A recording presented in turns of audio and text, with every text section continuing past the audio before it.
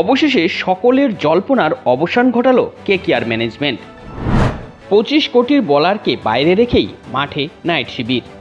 আগামীকাল ঘরের মাঠে পাঞ্জাব কিংসের বিপক্ষে মাঠে নামছে কলকাতা নাইট রাইডার্স। কিন্তু এরই মধ্যে গুরুত্বপূর্ণ আপডেট হলো কলকাতার প্রথম একাদশ নিয়ে। অবশেষে স্টারকে বাদ দিয়েই মাঠে নামলো কেকেআর শিবির। তার জায়গায় খেলতে পারে বিদেশি অন্য এক প্লেয়ার। এই মরশুমের 24,75,00,000 টাকা যে কেকেআরের জলে গেল তা এক প্রকার নিশ্চিত। অনেক আশা করে মিচেল স্টার্ককে দলে নিয়েছিল কলকাতা নাইট রাইডার্স, কিন্তু তার পারফরমেন্স একেবারেই আশা পূরণ করতে পারেনি ফ্র্যাঞ্চাইজি থেকে শুরু করে কেকেআর ফ্যানদের। মরশুমে ইতিমধ্যে 6টি ম্যাচ খেলেছেন তিনি, নিয়েছেন মাত্র 7টি উইকেট, কিন্তু যেভাবে রান দিয়েছেন তাতে একবারও মনে হয়নি তিনি বিশ্বমাপের একজন পেসার। তার খারাপ পারফরমেন্সের জন্য ইতিমধ্যে নানা দিক থেকে চাপ আসতে শুরু করেছিল, যার ফলস্বরূপ শেষমেশ নতুন সিদ্ধান্তের পথে কেকেআর ম্যানেজমেন্ট। আগামীকাল ঘরের মাঠে প্রতিপক্ষ হবে পাঞ্জাব কিংস, আর তার জন্য অনুশীলন ম্যাচ চলছিল, কিন্তু সেই ম্যাচে দেখা গেল অন্য দৃশ্য।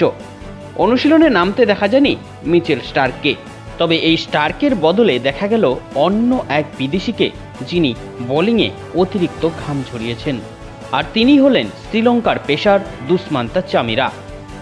নেটে দীর্ঘ সময় বোলিং করলেন তিনি, তাই আগামীকালকের ম্যাচে স্টার্কের জায়গায় দেখা যেতে পারে দুষ্মান্তা চামিরাকে। তবে অন্য এক তথ্য বলছে আঙুলে চোট রয়েছে মিচেল স্টার্কের, যে কারণে তিনি অনুশীলনের জন্য এলেও বল করেননি। তবে বিশেষজ্ঞরা মনে করছে এমনটা নয়, আসলে স্টার্ককে নিয়ে অনেকটাই চাপে রয়েছে বর্তমানে কেকেআরের ম্যানেজমেন্ট। কেকেআরের জন্য তার অবস্থা এখন গোদের ওপর বিষ ফোড়ার মতন, তাই চাপমুক্ত হতে অন্য পদ্ধতিতে হয়তো স্টার্ককে ছাড়া মাঠে নামতে চলেছে কেকেআর শিবির।